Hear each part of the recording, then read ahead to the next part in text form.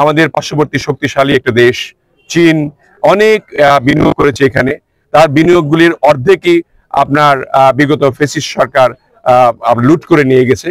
এবং আমার বিশ্বাস যে প্রফেসর ডক্টর ইউনূসের সঙ্গে যে চীনের দ্বিপাক্ষিক আলোচনা হলো তার প্রেক্ষিতে এখানে বিনিয়োগ বেশি হবে।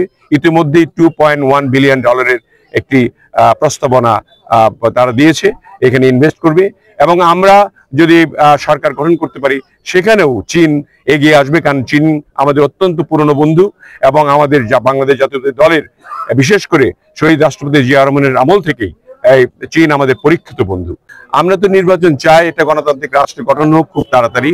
সেই কারণে আমরা এই ডক্টর ইউনূস সাহেবের যে উপদেষ্টা মন্ডলী আছে এবং প্রফেসর ইউনূস সাহেবকে আমরা অনুরোধ করেছি যে এই বছরে যদি নির্বাচনটা দেয়, যদি নির্বাচন দেওয়ার তিনি প্রত্যয় ব্যক্ত করেন তাহলে আমাদের তো আর তাদের তো সহযোগিতা আমরা করছি, এখনো করে যাব। আর যদি নির্বাচন পিছিয়ে দেওয়ার কোনো কুচক্রী মহল যদি তাদেরকে ইন্ধন যোগায়, সেটাকে প্রোটেক্ট করার জন্য হয়তো আমরা কোনো প্রোগ্রাম নিতে পারি।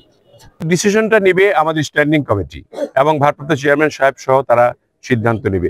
তবে আমার ধারণা যে আওয়ামী লীগের ফেরার জনগণের কাছে আর কোনো মুখ নাই, অতএব আওয়ামী লীগ এই দেশে আবার রাজনীতি করবে এটা আমার বিশ্বাস হয় না। তবে আমাদের স্ট্যান্ড হলো যে আমরা কোনো দলকে নিষিদ্ধ করতে চাই না, কোনো দলকে ইনভাইটও করতে চাই না। আমরা চাই দেশে বহুদলীয় গণতন্ত্র যেটা প্রবর্তন করেছিলেন শহীদ রাষ্ট্রপতি জিয়া রহমান সেটা অব্যাহত থাক।